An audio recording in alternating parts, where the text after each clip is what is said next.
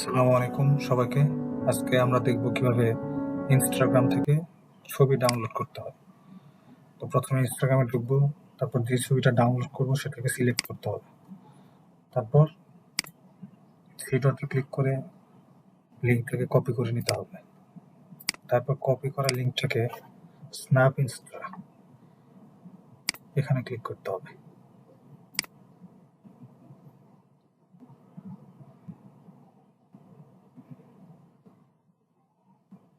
তারপর কপি করা লিঙ্কটাকে এখানে পেস্ট করে দিতে হবে। পেস্ট।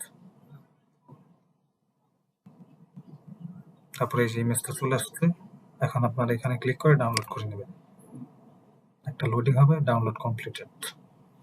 ধন্যবাদ সবাইকে।